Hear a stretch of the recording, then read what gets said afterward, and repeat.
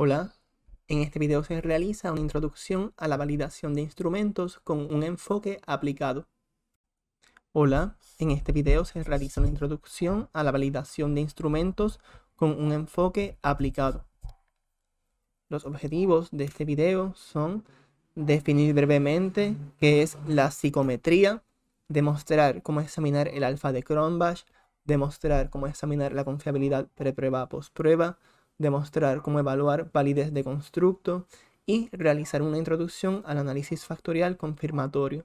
Les dejo saber que cada uno de estos temas se encuentra en la descripción del video, los minutos específicos en los que se presentan. Así que si solamente les interesan temas particulares, pueden ir directamente a los minutos en los que aparecen en la descripción. Definir brevemente qué es la psicometría. ¿Qué es esto?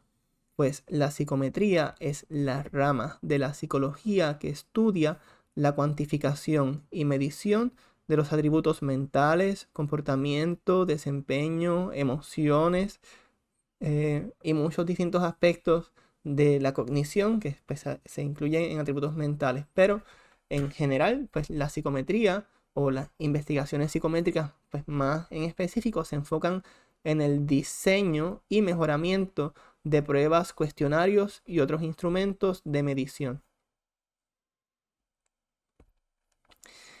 Aquí, en este video, quería, más que ser un video teórico de qué es la psicometría, quería darles un acercamiento más práctico, un enfoque más aplicado. Y por tanto, aquí a continuación les presento un ejemplo de un manuscrito que todavía está en proceso de publicación, no se ha publicado, cuyo objetivo es evaluar las propiedades psicométricas de un cuestionario en el contexto de Puerto Rico, que es de donde yo soy. Es un trabajo que estoy realizando en conjunto con mi mentor de la disertación doctoral de psicología y profesor Giovanni Tirado Santiago. Y en ese trabajo queremos evaluar las propiedades psicométricas del cuestionario de evitación cognitiva. Es un cuestionario que originalmente ya existía en francés, en inglés, en turco, y lo que hicimos fue que se tradujo la versión del inglés al español y se adaptó al contexto de Puerto Rico. Y a través de esta presentación voy a estar explicando los temas dentro del contexto práctico de este cuestionario.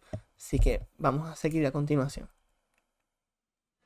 Ahora, demostrar cómo examinar el alfa de Cronbach.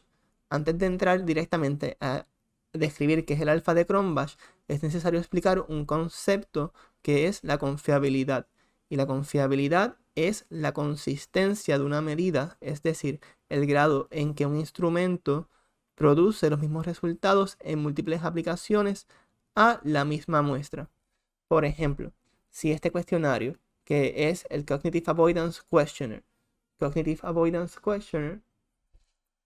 es el cuestionario de evitación cognitiva. Si en ese cuestionario yo aparezco que tengo alta evitación cognitiva hoy y después en una semana vuelvo a llenar el cuestionario, por ejemplo, CAQ, Cognitive Avoidance Questionnaire, tiempo 1 y mismo cuestionario, tiempo 1 y tiempo 2. Si yo tomo y completo este cuestionario de aquí a posiblemente 2 semanas, mis puntuaciones de Cognitive Avoidance Questionnaire de evitación cognitiva, Cognitive Avoidance, evitación cognitiva, deben ser similares. O sea, si le aplico el mismo cuestionario, el mismo instrumento, a la misma muestra en múltiples ocasiones, si el instrumento es confiable, va a medir consistentemente lo mismo. Confiabilidad. Entonces, el alfa de Cronbach, en específico ya, alfa de Cronbach, con este signo, examina la fuerza promedio de la asociación entre todos los pares de ítems contenidos dentro de un conjunto de ítems. ¿A qué se refiere esto? Examina la fuerza promedio de la asociación entre todos los pares de ítems contenidos dentro de un conjunto de ítems. Así que para explicar esto, voy a ir un momento afuera de la presentación. Y cuando vemos, por ejemplo, alfa de Cronbach, deje escribirlo quizás en amarillo, alfa de Cronbach, Voy a alternar entre la definición. Examina fuerza promedio de la asociación entre todos los pares de ítems contenidos dentro de un conjunto de ítems. Imaginen que tenemos un instrumento que tiene ítems del 1 al 7. O vamos a poner del 1 al 5 para que sea más llevadero. Del 1 al 5 ítems tiene el cuestionario. El cuestionario tiene 5 ítems. Y lo que examina la asociación es, por ejemplo, ítem 1, 2, 3, 4, 5. La asociación entre todos los pares de ítems sería, por ejemplo, la asociación entre ítem 1 y 2, 1 y 3, 1 y 4, 1 y 5. De igual forma podría ser entre 2 y 3, 2 y 4, 2 y 5. Como también podría ser, ya ustedes ven la idea, 3 y 4, 3 y 5. Como también podría ser 4 y 5. Se examinan, es como la relación, la correlación, prácticamente es la correlación no estandarizada. Correlación no estandarizada, que también se conoce como la covarianza. Se calculan todas las covarianzas o correlaciones no estandarizadas entre los pares de ítems y se examina pues la fuerza promedio de la asociación entre todos los pares de ítems contenidos dentro de un conjunto de ítems. Entonces, es una medida, el alfa de Cronbach es una medida de consistencia interna. La consistencia interna es un índice de la confiabilidad de un instrumento. Así que la consistencia interna se refiere a cuán homogéneos son los ítems o preguntas que pertenecen a un mismo cuestionario. O sea, cuán correlacionados los ítems que pertenecen a un mismo cuestionario tienen alta relación entre sí. Y prácticamente esto es lo que esta fórmula del alfa de Cronbach tiene un componente que es de variabilidad, tiene un componente que es de covarianza o relación y tiene otro componente que es el número de ítems. Pero nada, esto es un taller más práctico. En otro video, pues entraré más de lleno en la fórmula de alfa de Cronbach. La confiabilidad alfa de Cronbach, por lo regular, si es menor o igual a 0.69, se considera pobre consistencia interna. Si es 0.70 a 0.79 es aceptable. Si es de 0.80 a 0.89 se considera buena. Y si es mayor o igual a 90 se considera excelente consistencia interna. Ahora, examinar alfa de Cronbach del Puerto Rico CAC. El Puerto Rico CAC, que es el cuestionario que les mencioné anteriormente, que estoy trabajando con mi mentor de la disertación, es este instrumento que tiene 25 ítems. Así que pueden darle pausa si quieren verlo por más tiempo, más con detenimiento. Y las subescalas del Puerto Rico CAC tiene 5 subescalas de evitación cognitiva. Así que en general mide evitación cognitiva, por eso es Cognitive Avoidance Questionnaire. Evitación cognitiva en general. Pero en particular tiene 1, 2, 3, 4 y 5 subescalas que son supresión del pensamiento, sustitución del pensamiento, distracción, evitación de estímulos amenazantes y transformación de imagen en pensamientos. Por eso es que ustedes veían en la definición general del alfa de Cronbach que decía pares de ítems contenidos dentro de un conjunto de ítems. Puede ser ese conjunto de ítems, puede referirse tanto a los 25 ítems en general, que eso sería alfa de Cronbach general del instrumento, como ese conjunto de ítems podría ser como estos 5 ítems, estos 5 ítems, y así sucesivamente, 5 ítems de las subescalas particulares, y es como cuán alta es la consistencia interna o la correlación entre los mismos ítems que pertenecen al cuestionario en general o dentro de cada subescala del cuestionario. Entonces voy a demostrar el procedimiento brevemente sobre cómo calcular el alfa de Cronbach utilizando el programado SPSS. Así que vamos un momento a la base de SPSS donde dice alfa de Cronbach. Si ustedes quieren, nada, aquí está. Pueden, van a ver que el procedimiento es bastante sencillo. Así que una vez abra SPSS, podemos corroborarlo.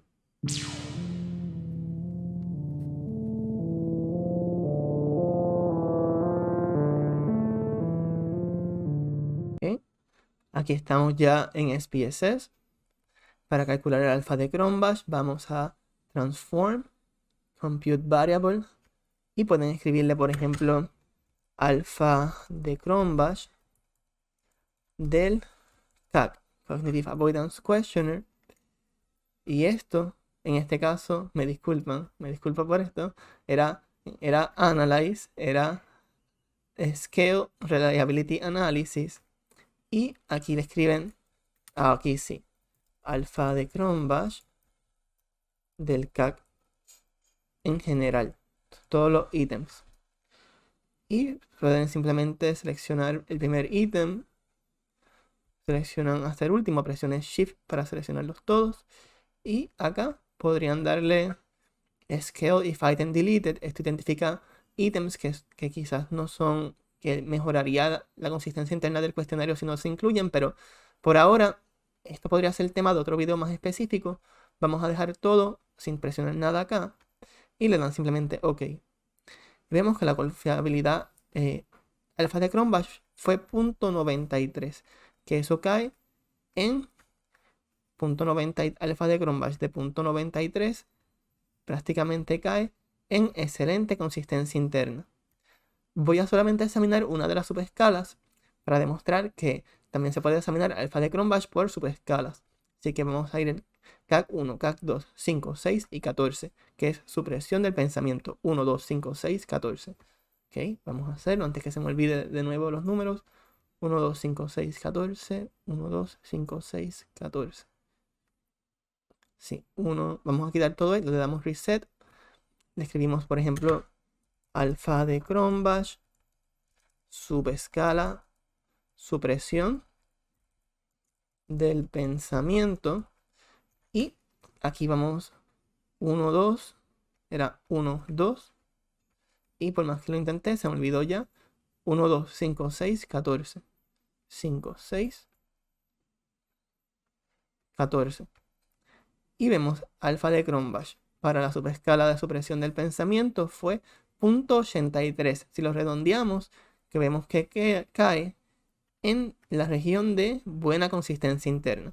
Así que no quiero ser redundante y a ir uno por uno de las subescalas mencionadas, porque ya se entiende el procedimiento. Si fueran a hacer sustitución del pensamiento, seleccionaban estos ítems y alfa de Cronbach, y lo mismo con distracción, evitación de estímulos amenazantes y transformación de imágenes en pensamientos. Ya, pues, de que se dejó clara pues la idea. Ahora, deja cerrar esta base de datos, no queremos que se nos junten. Y vamos de nuevo a la presentación. Ahora, si ustedes hubiesen hecho todo el procedimiento con SPSS, verían que las escalas con aceptable consistencia interna, que aceptable significa 0.70 a 0.70 a 0.79, pues fue estas dos subescalas, sustitución del pensamiento y transformación de imágenes en pensamientos, estuvieron alfa de Cronbach entre 0.71 a 0.89.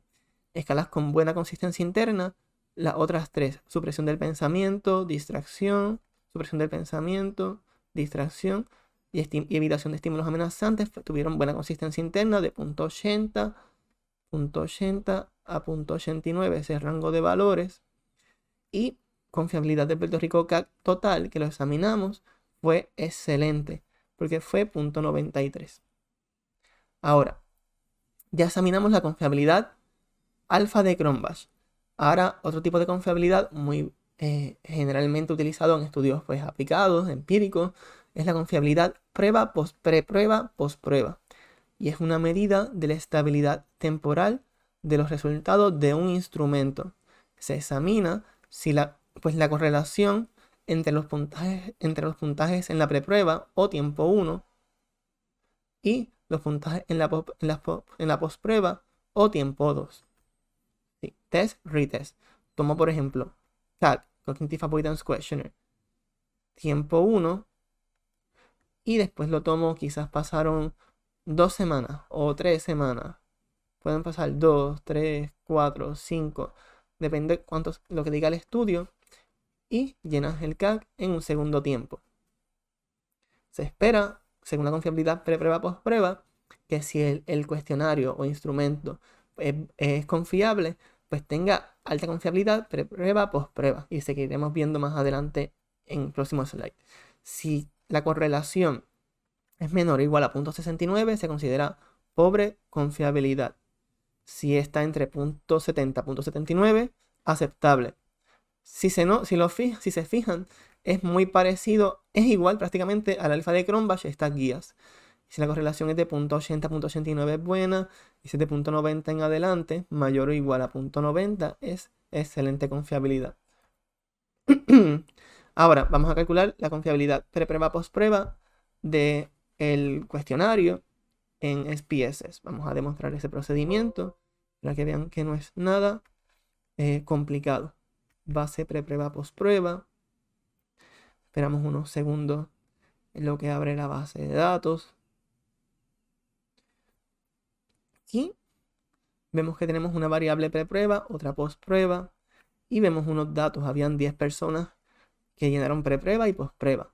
Vamos a ver la correlación pre-prueba post-prueba. Simplemente analyze, correlate, bivariate. Y llevan pre-prueba post-prueba. Recuerden, estos son los ítems que son pre-prueba.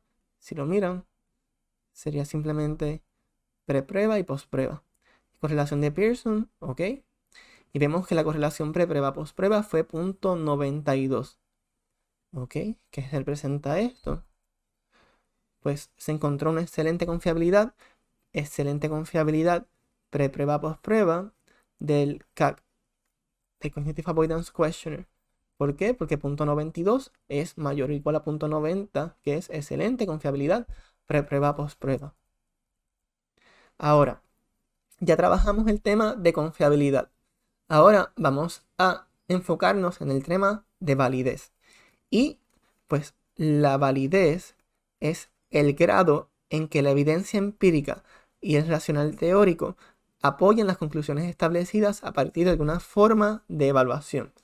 Es importante tomar en cuenta que la validez es un concepto sombrilla que engloba muchos otros conceptos de validez. Dentro de esta definición general de validez, pues se integran varios otros tipos de validez. Por ejemplo, validez interna se refiere pues al grado en que la variable independiente explica a la variable dependiente.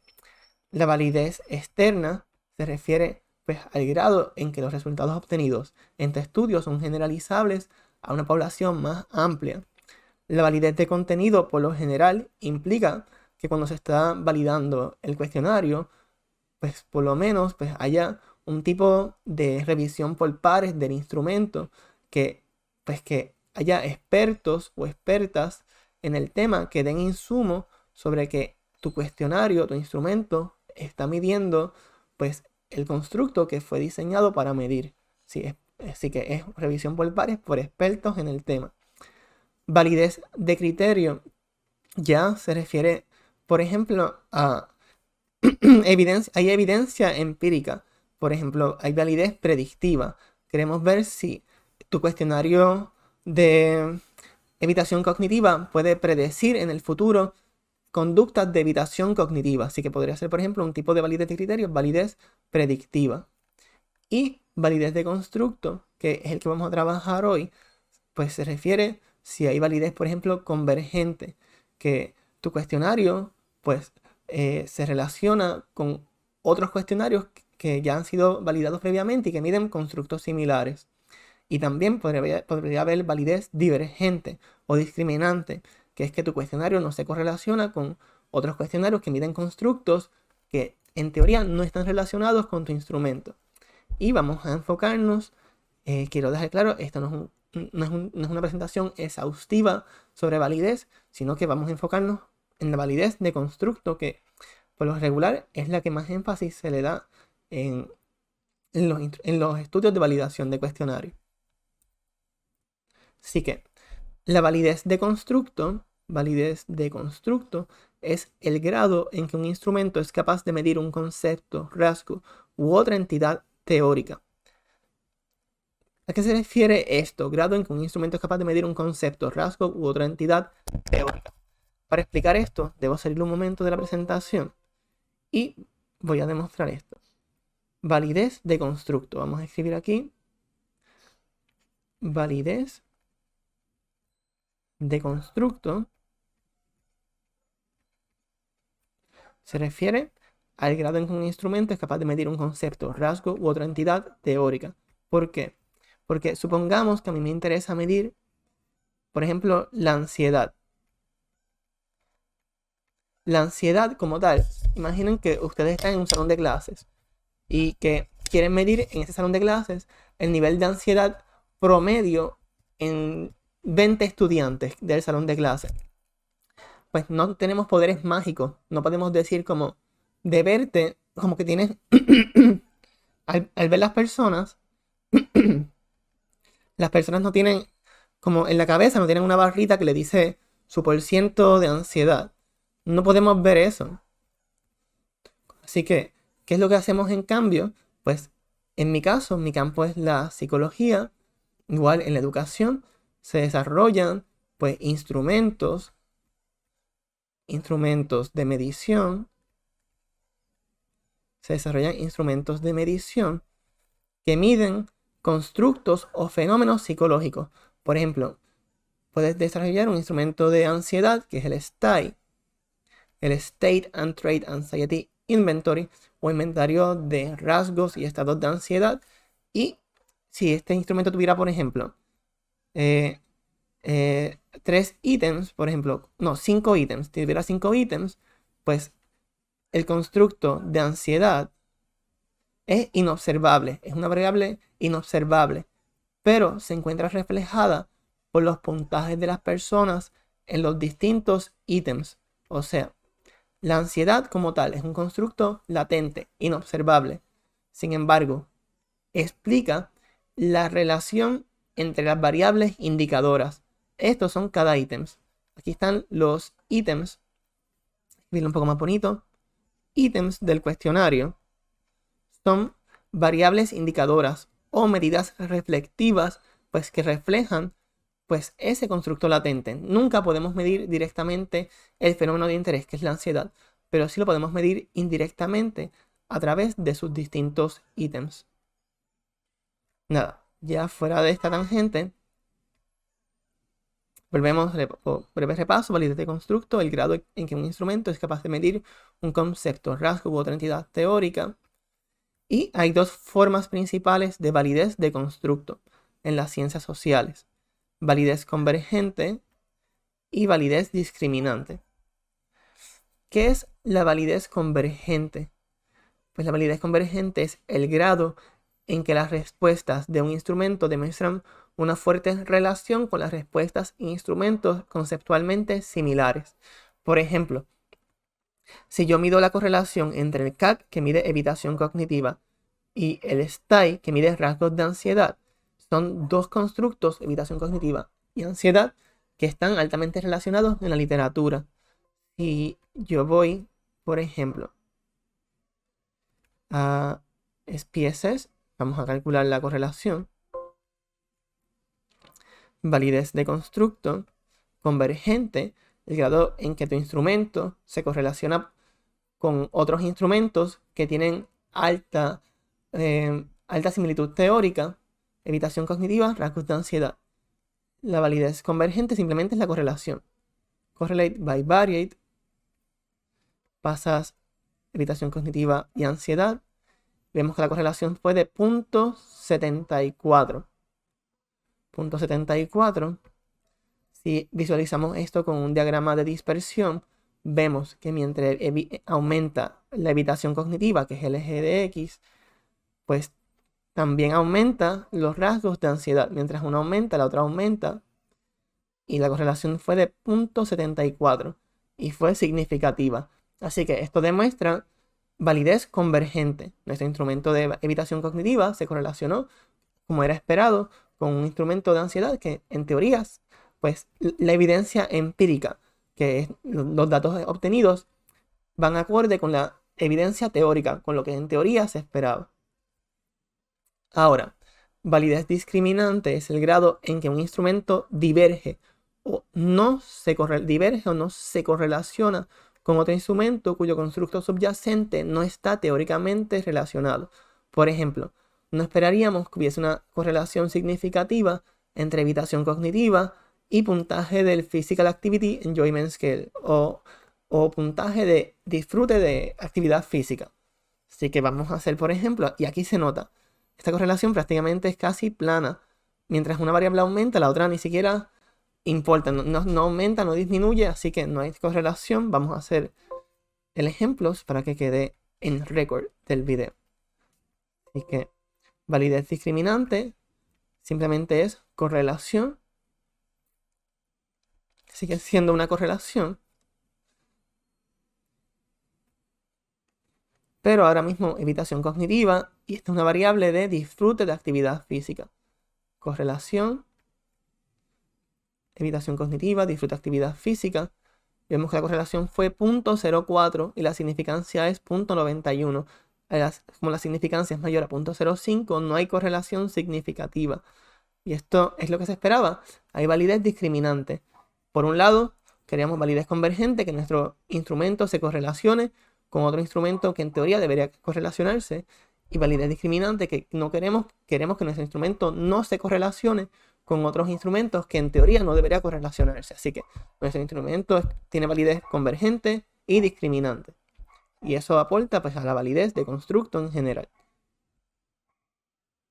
Ahora, el tema final de esta presentación es el análisis factorial confirmatorio, que es un análisis estadístico multivariado que consiste en poner a prueba hipótesis a priori, hipótesis que ya estaban establecidas antes de comenzar el estudio, al considerar que las relaciones entre un conjunto de variables observadas son explicadas por un conjunto particular de variables subyacentes, no observadas o latentes. Ya, se escucha complicado, pero en general, lo que ustedes ven en los análisis factoriales confirmatorios, AFC, análisis factorial confirmatorio, estos óvalos representan variables latentes. Son variables, son también conocidos como factores o variables subyacentes. Muchos nombres tienen. Variables latentes, factores, variables subyacentes, variables no observadas. En cambio, los ítems del cuestionario son considerados como variables indicadoras, variables reflectivas. ¿Por qué? Porque aunque no podemos medir el constructo latente, por ejemplo, la ansiedad, la evitación cognitiva en sí no son medibles directamente, por tanto se consideran variables latentes o factores que sí se pueden explicar indirectamente a través de medir pues, las puntuaciones obtenidas por los participantes en instrumentos que han sido validados y que tienen pues, evidencia de validez y confiabilidad. A partir de los puntajes obtenidos en un cuestionario de ansiedad, por ejemplo, podemos inferir cuáles son los niveles de ansiedad de esa persona pues reales. Pero siempre teniendo en consideración que no tenemos acceso directo al fenómeno como tal, sino que solamente podemos medirlo indirectamente a partir de unos ítems, siempre va a haber un grado de error en la medición, porque no estamos midiendo el fenómeno como tal, estamos midiendo un reflejo o una variable que refleja ese fenómeno. Así que va a haber una variabilidad que explica la variable latente, o el fenómeno como tal, y va a haber una variabilidad explicada por el error. Ahora, esto es un análisis factorial confirmatorio un poco más complicado, que es como lo verían en un artículo publicable. Simplemente, no voy a entrar de lleno acá, pero lo que cambió es que la relación entre cada variable de respuesta tiene un factor. Tienen variables de respuesta latente y tienen las variables indicadoras. Y estos zigzag lo que hacen es reflejar que los ítems no tienen variables continuas, son variables ordinales. Pero eso es un tema para otro video más específico. Simplemente quería presentarles un diagrama de un análisis factorial confirmatorio en un estudio verdadero. Ahora, hay unas guías generales para interpretar análisis factorial confirmatorio establecidas por Hu y Bentler. Bentler, faltó una L. Bentler. Guías de Hu y Bentler del 99 para identificar excelentes índices de bondad de ajuste global. Se espera que haya un Hi cuadrado, o Xi cuadrado, como prefieran decirle, mayor a 0.05, porque esto examina que no existan diferencias entre el término específico o técnico, es la matriz de covarianza explicada por el modelo y la matriz de covarianza observada en los datos. Pero lo más importante es que Xi cuadrado sea mayor a 0.05 para que no existan diferencias. En este caso, en la práctica, esto no le hacemos mucho caso. No le hacemos mucho caso a esto porque como se utilizan muestras muy grandes para hacer análisis factoriales confirmatorios, las muestras son bien grandes, muchas veces por encima de 300. Casi siempre por tener muestras grandes, todo sale significativo. Así que lo más importante son estos tres índices de ajuste. El Comparative Fit Index, o CFI, que debe ser 0.95 mayor. Se considera un índice de ajuste incremental que compara nuestro modelo actual con el peor modelo posible. Tenemos Root Mean Square Error of Approximation, o RMSA, que debe ser 0.06 o menor. Y tenemos el Standardized Root Mean Square Residual, que debe ser 0.08 o menor. Esto es un índice, como mencioné, índice de ajuste incremental, compara el modelo actual con el peor modelo posible. Y estos dos índices son índices de ajuste global, que lo que examina es el grado de error en el modelo. Y por eso mientras más bajitos sean estos dos índices, como miden grado de error en el modelo, mientras más bajito, menor. Y mientras más alto, mejor el CFI. Entonces, deja quitar y entrar de nuevo para quitarla. Si ustedes utilizan, por ejemplo, un programado en SPSS, necesitan tener otro programado que se conoce como AMOS, pero habría que pagar adicional para conseguirlo. En R, con unas líneas de código, ustedes podrían obtener pues, estas medidas. Sería análisis factorial confirmatorio, voy a correrlo un momento, aunque en otro video voy a entrar más específico. Y quiero demostrarles que les da las medidas mencionadas, que está Hi cuadrado, primero test statistic, esto es Hi cuadrado, y ven que fue menor a 0.05, pero tendemos a ignorar ese dato. Comparative Fit Index, que fue 0.92, es menor de 0.95, que es lo que queríamos. Tenemos Root Mean Square Error, aquí, queríamos que fuera menor a 0.06 y fue 0.09. Y tenemos Standardized Root Mean Square Residual, que queríamos que fuera menor a 0.06 y fue 0.05. Ustedes en el proceso de análisis de datos, pues por lo general se realizan múltiples ajustes al modelo, se corrigen distintos grados de error y esos índices de ajuste van a ir cambiando. Van a notar que en la versión final del modelo del artículo, cuando se hicieron ajustes, que en otro video se describirá, pueden ver que el CFI fue 0.95, que es lo que queremos. Root Mean Square Error of Approximation fue 0.07, bastante más cerca del 0.06 deseado. Y el último, el Standardized Root Mean Square Residual, que estaba por aquí. Deja subir un poquito más, que se me perdió. Fue 0.05, menor a 0.06. Así que ya nuestro modelo tiene buenos índices de bondad de ajustes, como se le conoce técnicamente.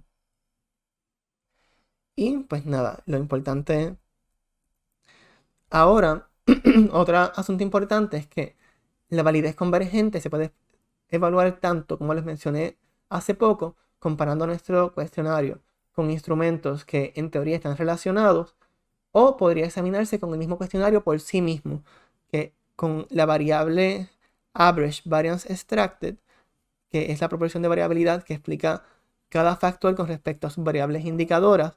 Si es mayor a 0.50 para cada factor, esto nos indica que los factores explican más del 50% de la variabilidad en sus variables indicadoras. Así que, por ejemplo, en R, deja buscarlo acá, sería SemTools, sale, deja aquí, por ejemplo, sería, deja buscarlo, si aparece aquí, en R, pues prácticamente les dice el factor supresión del pensamiento, sustitución del pensamiento, distracción, evitación de estímulos amenazantes y transformación de imágenes en pensamientos. Cada uno tiene esta validez convergente. Si es 0.50, quiere decir que el factor explica más de la mitad de la variabilidad en su variable indicadora. Si es menor a 0.50, quiere decir que hay más variabilidad que no explica el factor, pues que explica, por ejemplo, el error, explica, hay mayor error que lo que explica el factor. Así que podríamos decir que de las 5 subescalas del CAC, hubo 4 que sí cumplen con Average Variance Extracted mayor a 0.50 y una que no lo cumplió. Así que en este caso, esto nos habla también de validez convergente con el cuestionario en sí mismo. Y la validez discriminante se puede examinar de la siguiente manera. La raíz cuadrada del Average Variance Extracted para cada factor debe ser mayor que las correlaciones entre distintos factores. Esto nos indica que los factores explican más variabilidad de sus propios ítems en comparación con la variabilidad que comparten con otros factores. Por ejemplo, este es el Average Variance Extracted, proporción de variabilidad que explica cada factor con respecto a sus variables indicadoras. Si ustedes calculan la raíz cuadrada de cada uno de estos valores, obtienen la raíz cuadrada, del Average Variance Extracted. Y aquí tienen los valores. Ustedes comparan esto con las correlaciones obtenidas estas son las correlaciones obtenidas entre los distintos factores, como tal, factores de supresión del pensamiento, sustitución, distracción, evitación. Pues, si la variabilidad que explica el factor con respecto a sus propios ítems o variables indicadoras es más alta que la variabilidad que comparte con otros factores, esto nos indica que hay validez discriminante. O sea, la variabilidad que explican de sus propios ítems es más alta que la variabilidad que comparte con otros factores.